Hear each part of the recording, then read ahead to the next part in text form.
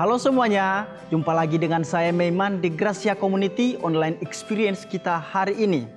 Terima kasih untuk Anda semua yang menyaksikan tayangan kami ini, baik Anda yang Kristen maupun Anda yang bukan Kristen, baik Anda yang di Prokerto maupun di luar Prokerto. Saya ucapkan terima kasih dan selamat bergabung. Dan teman-teman semua, pada Online Experience hari ini ada lagu serta firman Tuhan yang akan kita simak bersama. Sebentar kita akan menyanyi beberapa lagu bersama rekan Sayusak dan GCC Band dengan lagu yang liriknya menguatkan kita. Dan setelah rekan Sayusak dan GCC Band menyanyikan lagu, kita akan bersama mendengarkan kebenaran firman Tuhan yang akan disampaikan oleh Ibu Pendeta Lois dengan tema turbulensi. Apakah Anda mengalami turbulensi dalam kehidupan Anda? Bagaimana harusnya kita mengatasi saat turbulensi kita alami? Apakah yang harus kita lakukan saat turbulensi menimpa kehidupan Anda dan saya? Mari kita akan simak bersama apakah teguran dan kekuatan firman Tuhan untuk Anda dan saya hari ini. Dan marilah di akhir bulan Mei 2024 kita terus bersemangat dalam menjalani hidup, antusias dalam bekerja, berkarya, dan juga beribadah. Juga dengan optimis dan semangat kita masuki bulan Juni dengan segala hal yang baik. Sebentar kita akan saksikan dan bergabung dalam Online Experience hari ini. Dan untuk informasi, tayangan khotbah dan pujian hari ini adalah rekaman ibadah minggu lalu. Jadi teman-teman semua jangan kemana-mana, tetap stay di channel ini. God bless you.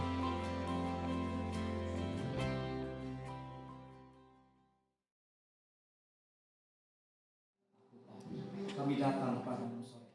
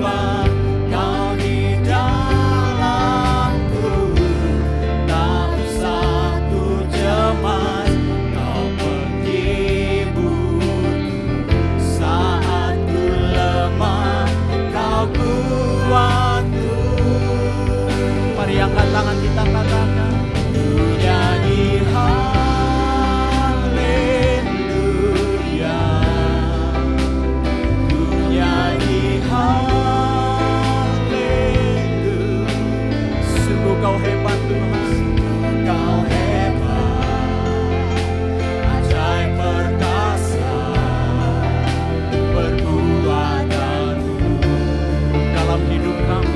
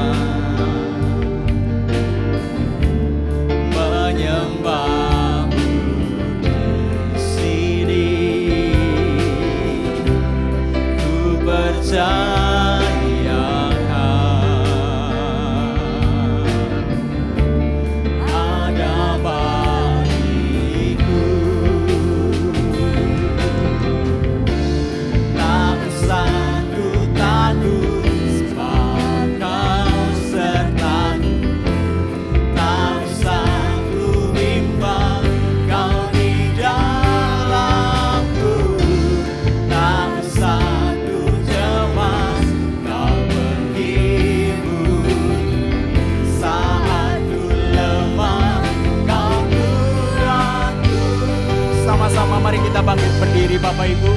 Ku nyanyi haleluya,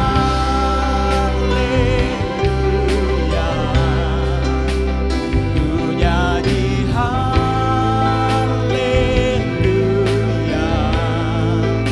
Sungguh kau hebat, ajaib perkasa, perbuatanmu.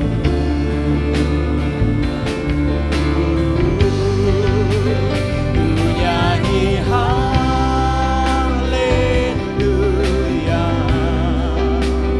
ku nyanyi haleluya.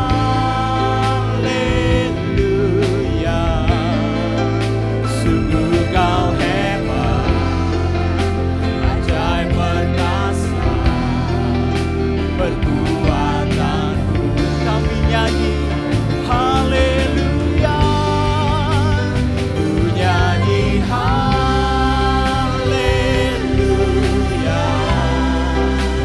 ku nyanyi haleluya. Sungguh kau hebat, sungguh kau hebat, ajaib perkasa, perbuatanmu. Sekali lagi mari nyanyikan haleluya. Oh, ku nyanyi haleluya,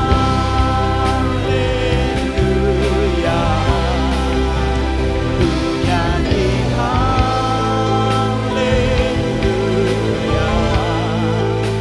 Sungguh kau hebat, ajaib perkasa, perbuatanmu.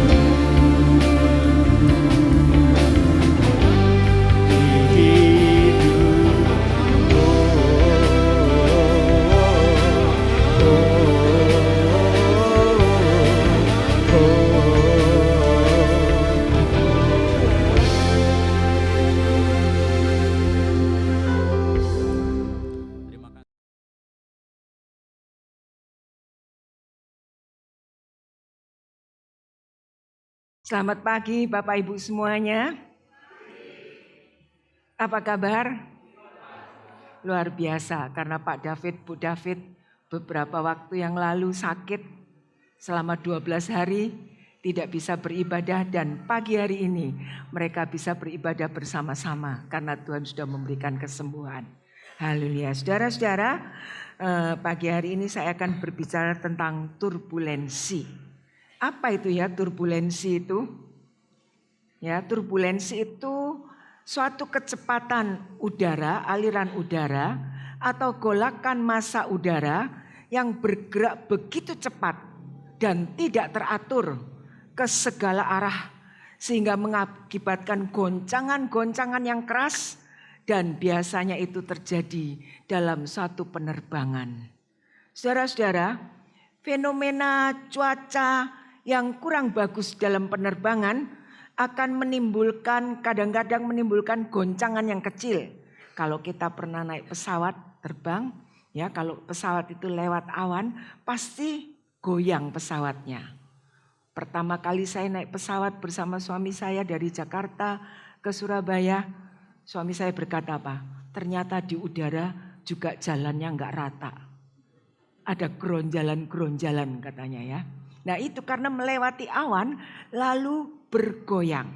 Nah saudara-saudara, menimbulkan goncangan kecil dan juga bisa menimbulkan goncangan yang besar bila pesawat itu melewati awan yang tebal. Dan itu yang dinamakan dengan turbulensi.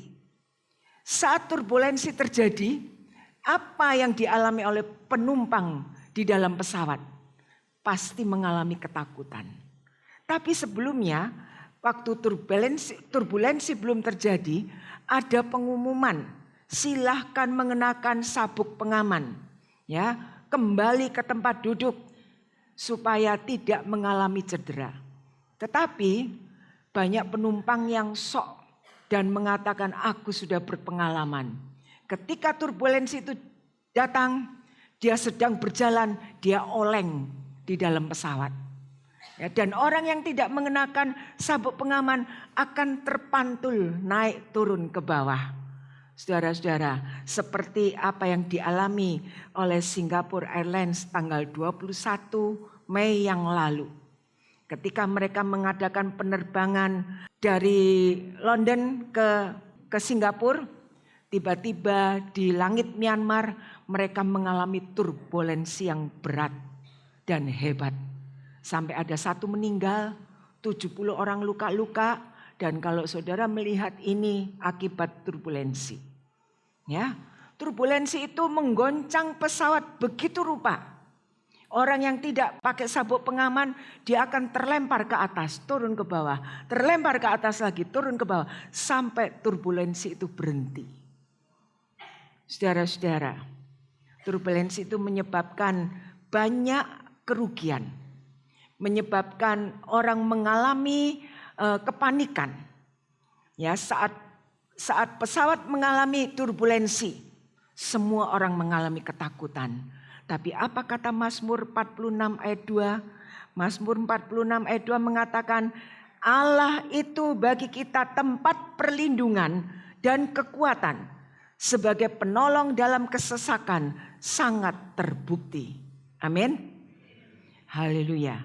Saudara-saudara, dalam kehidupan ini kita juga kadang-kadang mendapatkan awan-awan yang melintasi hidup kita. Membuat kita bisa mengalami turbulensi dengan tiba-tiba. Tadi pagi satpam di PH itu mengalami turbulensi. Kenapa? Biasanya kalau saya keluar, saya pasti memberikan roti bagi mereka. Ya, supaya mereka bisa medang pagi-pagi. Tapi karena satu satpam mukanya asem, Pak Kris itu enggak kasihkan rotinya. Saya tanya kenapa kok enggak dikasihkan? Lah bebeh raine kayak ngono jarine. Keterlaluan ini orang. Coba lalu saya katakan, coba kamu tadi kasih rotinya. Dia pasti senyum sama kamu. Rotinya dibawa, saudara-saudara, dia bilang apa? Nanti aja buat sip yang siang. Satpam itu mengalami turbulensi, nggak bisa medang sambil makan roti. Itu turbulensi yang kadang-kadang terjadi dengan tidak kita duga. Ya, saudara-saudara, akhir-akhir ini kita juga membaca dan mendengar, menyaksikan berita banyak perusahaan-perusahaan yang mengadakan perampingan karyawan. Dan perampingan karyawan ini merupakan turbulensi bagi karyawan. Perusahaan sepatu bata tutup total tanpa pesangon. Berapa ribu orang yang keluar dari perusahaan itu. Mereka harus keluar begitu saja. Saudara-saudara, dan juga masih ada perusahaan-perusahaan lain yang akan mengadakan perampingan karyawan. Sehingga pemerintah atau Kementerian Ketenagaan Kerja meminta agar perusahaan-perusahaan itu berhenti melakukan PHK. Jangan dilakukan PHK lagi. Kalau ada PHK lagi, pengangguran di Indonesia bakal lebih banyak lagi. Saudara-saudara, mengapa terjadi PHK? Mengapa terjadi perampingan pegawai? Karena sekarang perusahaan-perusahaan besar sudah menggunakan robot-robot. Ya, sudah menggunakan robot-robot, mesin-mesin yang dilakukan tanpa manusia. Hanya dipencet tombolnya A, B, C, lalu dia akan berjalan. Saya menyaksikan sendiri ada sebuah perusahaan konveksi ya di suatu kota. Pegawainya itu dulu 12.000, saudara-saudara. Tapi waktu saya ke sana, ya, lalu saya dibawa ke satu ruangan. Gila, ruangan itu penuh dengan mesin. Dan orang hanya ada 2 di ruangan itu. Sebelah utara dan sebelah selatan, atau sebelah barat dan sebelah timur. Ya, itu ruangan untuk mencetak kain, membuat kain. Tapi hanya dijaga oleh 2 orang. Yang satu hanya memperhatikan kain itu tercetak dengan baik, dengan sempurna atau tidak. Yang satu itu nanti misalnya ada kain yang terlipat-lipat, dia hanya dengan cepat meratakan kain itu. Dan perusahaan ini pemiliknya mengatakan, lain kali mungkin yang bekerja itu hanya tinggal 50 atau 100 orang saja. Mengapa? Karena mereka sudah menggantikan dengan mesin-mesin. Dan ini sudah mulai terjadi. Saudara-saudara, PHK bagi karyawan merupakan turbulensi, goncangan dalam hidup mereka. Kita pun pernah turbulensi. Ingat saat COVID itu turbulensi yang melanda seluruh dunia. Sehingga orang bingung kan, mau apa? Kerja nggak bisa, tinggal di rumah bosen, ya anak-anak nggak bisa sekolah, dan semua kegiatan seolah-olah terhenti. Saudara-saudara, kita mengalami itu di saat COVID, tapi Tuhan tetap baik untuk saudara dan saya, sehingga kita masih hidup sampai saat ini. Ya, sehebat apapun turbulensi yang kita alami, firman Tuhan mengatakan Allah itu bagi kita adalah tempat perlindungan, kekuatan, penolong saat kita mengalami kesesakan dalam kehidupan ini. Kita harus meyakini apa yang dikatakan oleh firman Tuhan. Mengapa? Karena tidak ada seorang pun dalam kehidupan ini yang menginginkan turbulensi terjadi dalam hidup. Namun kita juga harus mengerti kalau Allah mengizinkan turbulensi itu terjadi dalam hidup kita, maka Tuhan selalu bersama dengan kita. Tuhan menyediakan jalan bagi kita. Tuhan menyediakan perlindungan bagi kita. Saudara-saudara, karena itu miliki pandangan yang benar tentang Allah yang kita sembah. Jangan mengarahkan pandangan kita kepada turbulensi yang kita hadapi, tapi arahkan pandangan kita saat kita mengalami goncangan dalam kehidupan ini kepada Tuhan sebagai juru selamat yang akan memberikan pertolongan bagi saudara dan saya. Dan kita harus mengetahui siapa yang mengontrol dan mengemudikan hidup kita. Kita tidak bisa mengontrol badai kehidupan yang kita alami. Kadang hidup bisa berjalan mulus, tetapi kadang juga tidak mulus. Sehingga kita harus mengalami riak-riak kehidupan di dalam yang kita jalani ini. Mungkin kita merasakan guncangan kehidupan yang begitu keras. Yang membuat kita kecewa, takut, stres, ya, gelisah, dan lain-lainnya. Pusatkan, ketahuilah Tuhan tetap mengontrol hidup saudara dan saya. Dan pusatkan iman kita kepada Tuhan Yesus sebagai juru selamat kita. Kita tidak bisa menaruh iman kita kepada barang yang fana di dalam dunia ini. Kita hanya bisa meletakkan iman kita kepada Tuhan Yesus Kristus sebagai juru selamat dan satu-satunya juru selamat bagi hidup kita semuanya. Saudara-saudara, ada 3 orang ibu yang sedang naik pesawat dan mereka duduk berjajar. Saat pesawat mulai landas, ibu yang satu ini berkata, "Wah, hebat ya, pesawat kita ini nggak pakai sopir," katanya. Karena apa? Karena pesawat kita ini sudah dikontrol dari bawah. Pesawat ini punya sistem komputer yang luar biasa. Sehingga pesawat ini hanya terbang kalau komputer itu nyala. Ya, itu pendapatnya seorang ibu. Pendapat ibu yang kedua, enggak mungkin. Hanya komputer yang di darat bisa mengontrol pesawat sampai terbang begitu jauh. Mungkin ibu yang satu itu berpikir karena anaknya punya mainan remote control yang bisa pesawatnya naik terus turun lagi. Mungkin dia mengira seperti itu. Ibu kedua berkata, "Tidak mungkin. Aku yakin pesawat ini ada pilotnya." Ya, ada pilotnya. Mungkin pilot itu sudah merancang begitu rupa, mengatur begitu rupa sehingga pesawat ini bisa terbang dengan baik. Sesudah mengatur semuanya itu, mungkin pilot ini akan tidur dengan tenang. Tapi yang ketiga mengatakan, apa yang kalian bicarakan semua salah. Tahukah kalian bahwa pesawat ini ada pilotnya? Dan pilot itu merupakan sosok yang waspada, yang kompeten, yang baik. Ya. Dan tahukah kalian semua bahwa pilot itu adalah suamiku? Kata ibu ini ya. Dan dia sangat berpengalaman dan selalu sensitif bila akan terjadi sesuatu karena dia fokus pada penerbangan supaya penerbangan ini bisa sukses dan sampai bisa mendarat dengan selamat. Saudara-saudara, beberapa menit kemudian pesawat itu mengalami turbulensi, guncangan yang berat. Penumpang A dan B itu gelisah, bagaimana ini? Bagaimana? Katanya pesawatnya ada pilotnya. Kenapa bisa terjadi begini? Yang ibu yang ketiga mengatakan, tenang, gak perlu khawatir. Karena suamiku tahu apa yang harus dilakukan saat mengalami turbulensi dalam penerbangan ini. Saudara-saudara, sebagai pengikut Yesus, kita harus memiliki pandangan yang benar tentang Tuhan yang kita sembah. Sehingga kita tidak menjadi pengikut Yesus yang ragu-ragu. Pandangan kita kabur tentang kebenaran Tuhan. Membuat kita tidak memiliki keyakinan dan iman yang teguh terhadap Tuhan yang kita sembah. Tidak ada lagi yang lebih penting dari memiliki pandangan yang benar soal Tuhan Yesus Kristus sebagai juru selamat kita.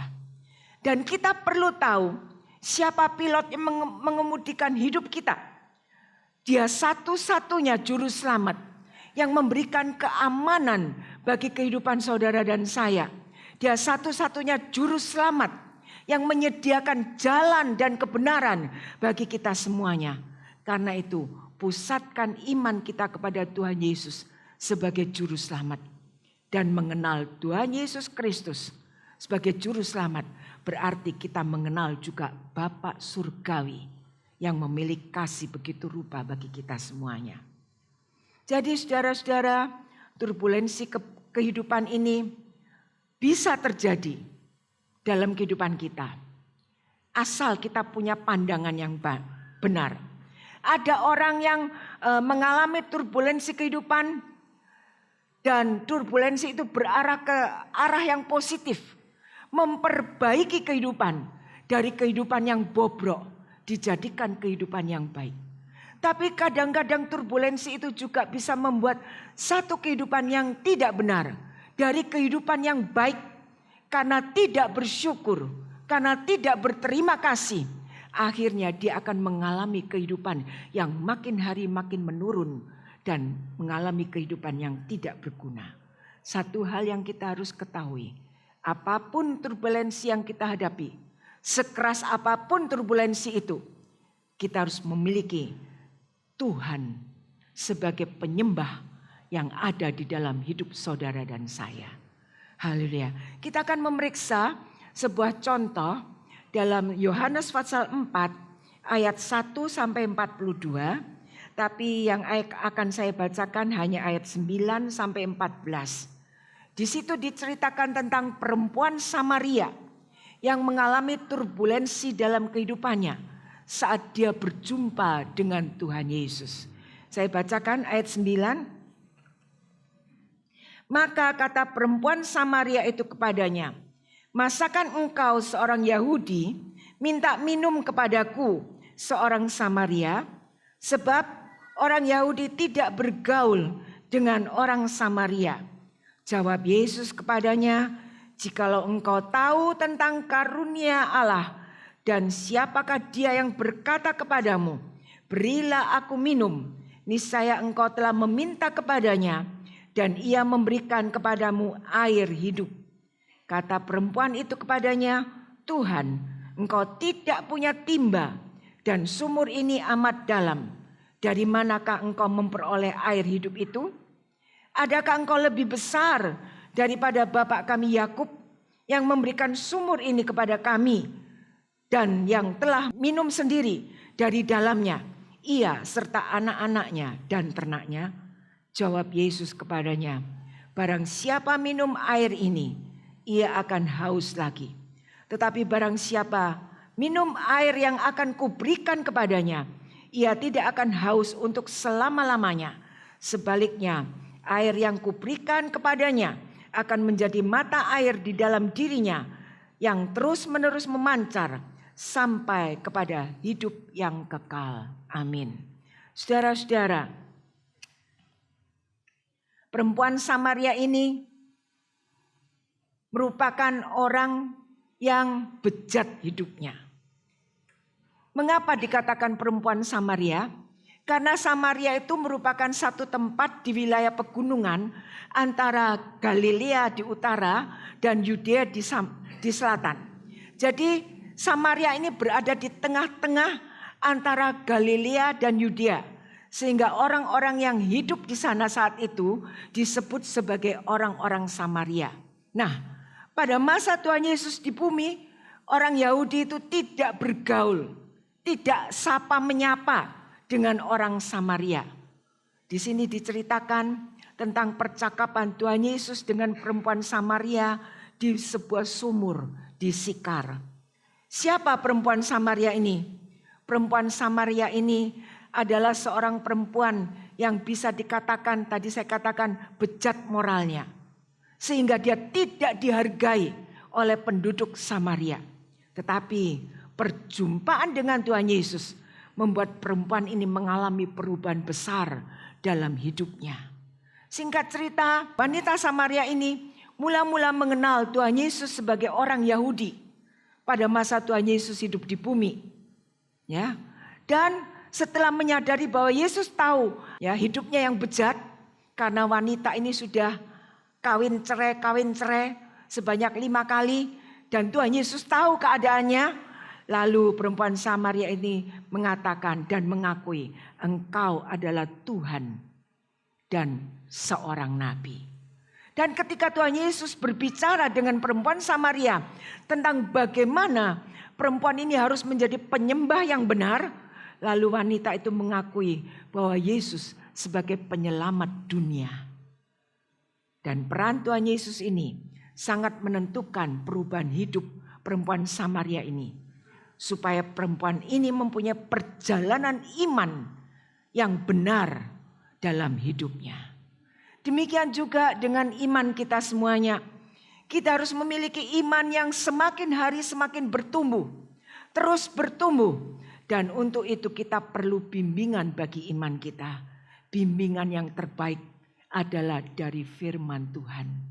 Saudara harus bisa membaca firman Tuhan setiap hari. Entah 1 ayat, 2 ayat, ya. Kalau bisa 1 fatsal itu lebih menguntungkan. Karena dari firman Tuhan kita akan mendapat nasihat langsung dari Tuhan. Apa yang harus kita lakukan dalam kehidupan ini. 4 hal dari pertemuan Tuhan Yesus dengan perempuan Samaria ini. Yang pertama, Tuhan tidak melihat latar belakang perempuan ini. Apapun latar belakang perempuan ini, Tuhan tetap mencintai dan menerima perempuan Samaria ini. Saudara-saudara, walaupun perempuan ini memiliki latar belakang yang tidak bagus, tetapi ketika dia berjumpa dengan Tuhan Yesus menerima dia. Tuhan Yesus secara pribadi menemui perempuan ini. Tuhan Yesus mencintai perempuan Samaria ini dan mau menerima dia. Seringkali kita berpikir, Tuhan bisa mengasihi kita kalau kita melakukan perbuatan yang baik saja. Tidak. Ya. Bukan hanya kita melakukan perbuatan yang baik kita dicintai Tuhan.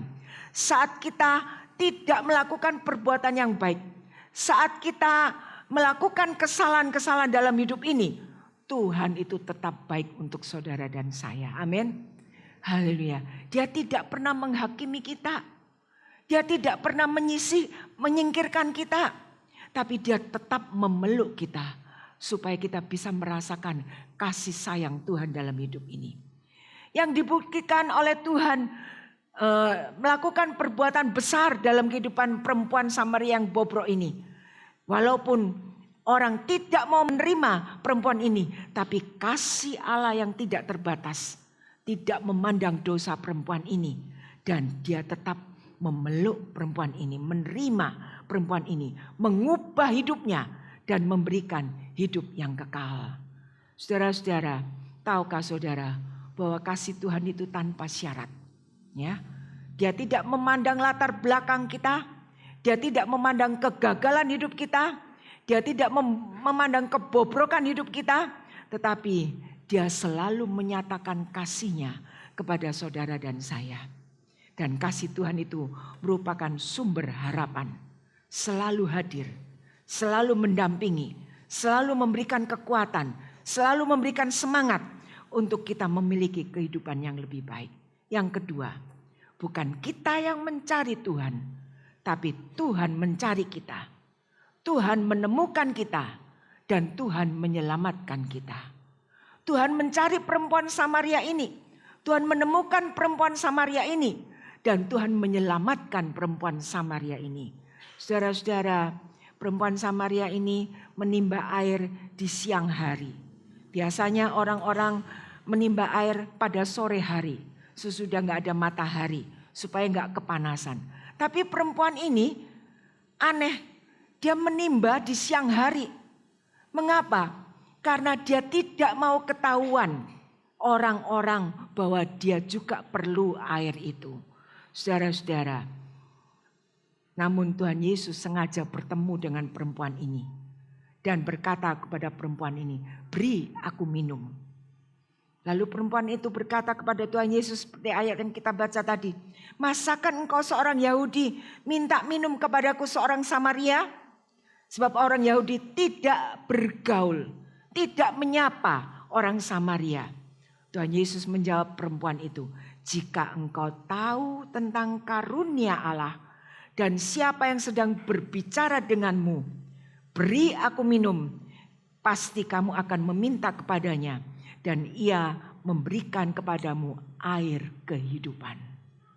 Haleluya, saudara-saudara, Tuhan Yesus berkata kepada perempuan Samaria ini, barang siapa minum air ini, ia akan haus lagi.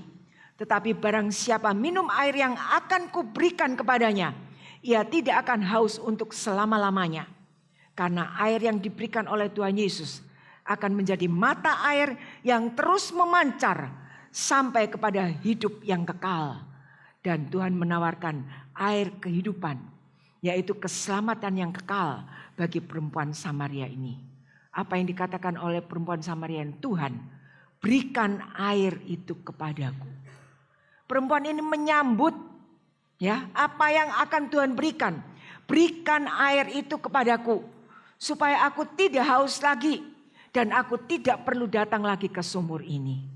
Saudara-saudara, ini mengingatkan kita betapa seringnya kita selalu menghindar, menyembunyikan diri, lari dari berbagai macam situasi, bahkan lari dari Tuhan.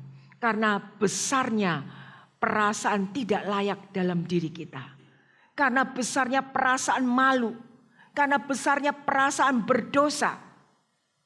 Ketahuilah, apapun keadaan kita, Tuhan membuka tangan untuk menerima saudara dan saya. Dia mencari kita. Dia menemukan saudara dan saya. Dan Tuhan Yesus rela datang untuk mencari, menemukan, dan menyelamatkan kita semua. Supaya kita tidak menjadi orang yang terhilang. Yang ketiga, Tuhan rindu berelasi dengan kita. Tuhan rindu punya hubungan yang akrab dengan kita. Saudara-saudara, saat Tuhan Yesus bertemu dengan perempuan Samaria ini ada percakapan antara Tuhan Yesus dan perempuan Samaria. Yang menarik di sini adalah bahwa Tuhan Yesus bukan hanya datang ke bumi, ya, bukan hanya datang ke dalam dunia untuk menebus dosa, tetapi dia juga ingin punya hubungan dengan manusia. Dia ingin berelasi dengan manusia. Lewat percakapan yang sederhana dengan wanita Samaria ini, Tuhan Yesus mendengarkan apa yang menjadi kerisauan hati perempuan ini. Saudara-saudara, apa yang saudara takutkan? Apa yang saudara risaukan dalam kehidupan ini? Mungkin kita mengalami kegagalan demi kegagalan dalam hidup ini. Kita mengalami kejatuhan demi kejatuhan. Apakah kita mau datang kepada Tuhan? Kalau kita menginginkan pemulihan dari Tuhan, langkah yang harus kita lakukan, kita harus datang kepada Tuhan. Tuhan akan menyambut kita. Dan Tuhan akan memberikan jalan keluar bagi kita. Wanita ini menyediakan waktu untuk bercakap-cakap dengan Tuhan. Wanita ini menyediakan waktu. Maukah kita menyediakan waktu untuk mendengar suara teguran Tuhan? Maukah kita menyediakan waktu untuk mendengarkan nasihat-nasihat yang akan memulihkan hidup saudara dan saya? Saudara-saudara, bila kita rindu punya hubungan dengan Tuhan, relasi dengan Tuhan, maka kita juga harus siap menyediakan waktu mendengar nasihat Tuhan. Saat saudara membaca Alkitab, saudara harus menyediakan waktu. Tanpa kita menyediakan waktu untuk membaca Alkitab, selama-lamanya kita tidak akan pernah bisa membaca Alkitab. Tapi kalau kita belajar, memberi waktu, menyediakan waktu untuk membaca Alkitab, di situ kita akan menemukan kebenaran-kebenaran dari Allah. Dan yang keempat, ada pengakuan yang jujur dari perempuan Samaria ini. Dalam percakapan dengan Tuhan Yesus berkata kepada wanita ini, panggil suamimu. Tapi apa kata wanita ini? Aku enggak punya suami. Lalu Tuhan berkata, benar, saat ini kamu memang tidak bersuami. Karena sudah ada 5 orang yang jadi suamimu. Dan yang saat ini hidup bersamamu itu memang bukan suamimu. Tuhan Yesus tahu apa yang ada dalam kehidupan wanita ini. Di sini Tuhan Yesus ingin membenarkan kehidupan wanita ini. Ingin supaya dia tidak hidup dalam dosa terus-menerus. Perempuan ini harus dibebaskan dari segala ikatan dosa, supaya dia bisa mengalami keselamatan yang sejati. Sebelum perempuan ini mengakui identitasnya, Tuhan Yesus sudah tahu lebih dahulu.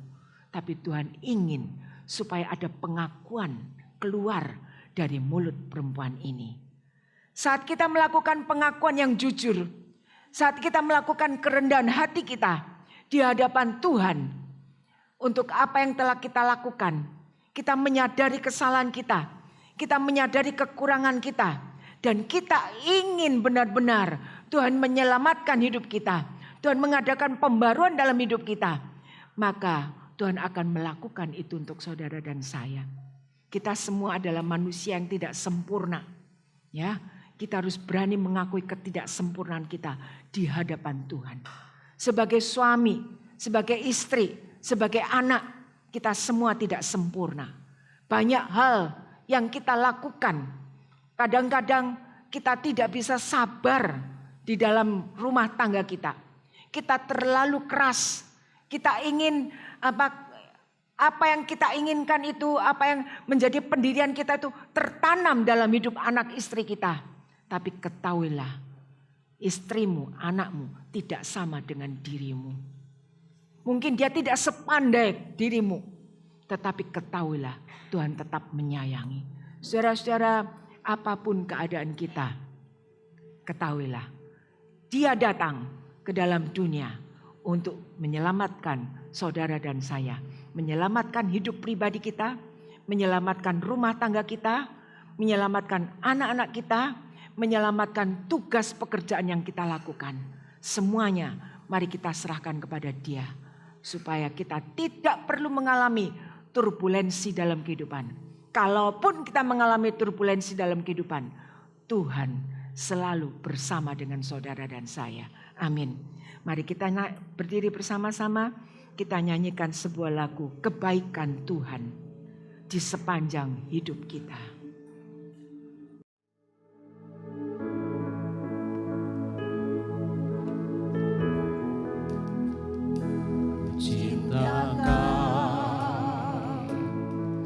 Rahmat-Mu nyata bagiku, hidupku di dalam tangan-Mu. Setiap pagi ku terbangun sampai ku terbaring, ku nyanyi kebaikan-Mu Tuhan. Ku cinta Kau. Rahmat-Mu nyata bagiku, hidupku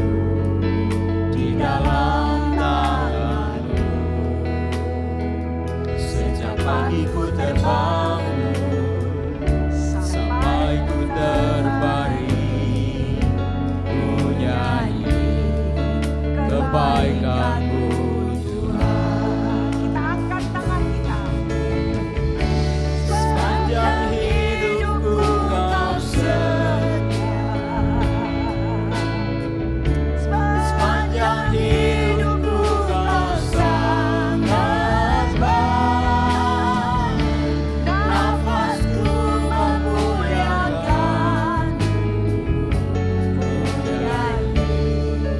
kebaikan-Mu Sepanjang hidupku.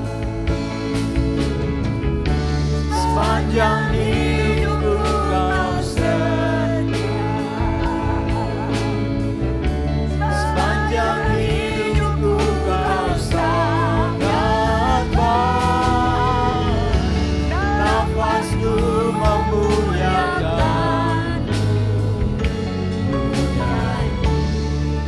kebaikan-Mu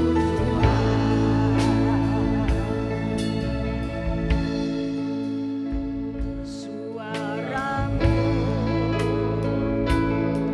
Tuntunku lewati api dalam gelap, Kau ada bagiku. Ku tahu sungguh Kau Bapa-Ku dan sahabat-Ku.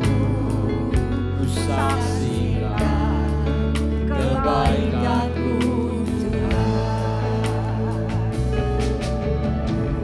sepanjang hidupku Kau setia. Sepanjang hidupku Kau sangat baik. Nafasku memuliakan kebaikan-Mu. sepanjang hidupku. Sepanjang hidupku Kau setia. Sepanjang hidupku Kau sangat baik. Nafasku memuliakan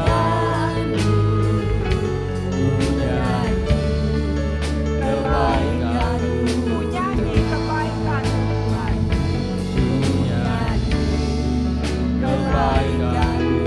Ku nyanyi kebaikan Kebaikan-Mu Tuhan. Mari kita berdoa. Kebaikan Tuhan tidak pernah habis dalam hidup ini. Sepanjang hidup kami terus mengalami kebaikan Tuhan. Tuhan tidak pernah meninggalkan kami. Tuhan ada dan selalu baik bagi kami. Rahmat dan anugerah Tuhan selalu menyertai kami. Sehingga dalam situasi apapun yang kami alami dalam hidup ini, kami tetap setia, kami tetap bisa berkata bahwa Tuhan baik. Tuhan sangat baik bagi kami. Terima kasih Tuhan. Contoh kehidupan perempuan Samaria yang mengalami perubahan hidup, yang mengalami turbulensi hidup, yang dikerjakan oleh kuasa Tuhan, sehingga dapat mengalami perubahan dari orang yang hina, orang yang cerita hidupnya buruk, menjadi orang yang diselamatkan, orang yang disukai, disayang oleh Tuhan, dan menjadi orang yang diberkati hidupnya, serta dapat memberkati banyak orang. Terima kasih Tuhan, Engkau sudah mengubah kehidupan perempuan Samaria yang tidak berpengharapan untuk memiliki kehidupan yang berpengharapan. Tuhan juga dapat mengubah hidup kami semua. Mungkin ada di antara kami yang saat ini mengalami kekacauan dalam hidup, turbulensi dalam hidup pernikahan, dalam hidup keluarga, dalam hidup anak-anak, dalam pekerjaan.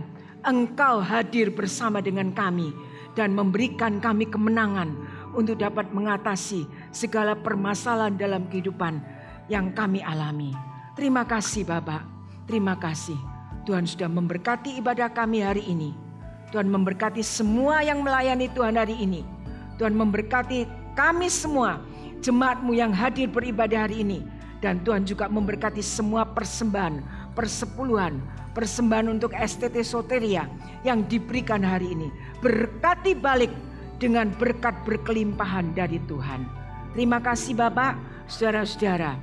Kiranya berkat dan anugerah Tuhan akan menyertai keluarga, rumah tangga, anak-anak, usaha pekerjaan yang dilakukan semua setiap hari. Semuanya diberkati oleh Tuhan. Dalam nama Tuhan Yesus Kristus, Juru Selamat kami sudah berdoa. Amin. Sampai di sini ibadah kita hari ini. Tuhan memberkati saudara semuanya.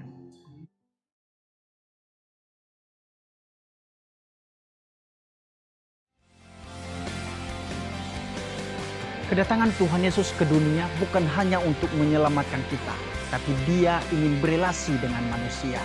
Terima kasih Bu Pendeta Lois untuk pesan firman Tuhannya. Semoga kita semua diberi kekuatan dan semangat yang baru. Dan kepada semua tim GCC Prokerto, Anda semua luar biasa dan salam kompak selalu untuk kita semua. Saya juga ucapkan terima kasih untuk Bapak Ibu dan teman-teman semua yang telah dengan setia dan antusias dalam memberi persembahan. Anda semua luar biasa. Sehingga program GCC Prokerto bisa berjalan dengan baik dan bisa menjadi reflektor terang Tuhan di kota Prokerto. Kiranya Tuhan memberkati dan memberi kemudahan untuk segala usaha pekerjaan Bapak Ibu semua. Selanjutnya untuk Bapak Ibu yang akan memberikan persembahan, baik persembahan rutin atau persembahan perpuluhan, bisa langsung ke kotak persembahan yang ada di gereja, atau Bapak Ibu bisa langsung mentransfer ke rekening gereja yang tertera di layar Anda.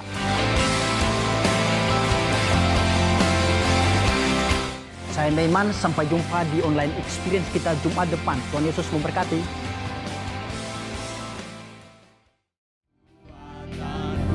Kami nyanyi haleluya, ku nyanyi haleluya,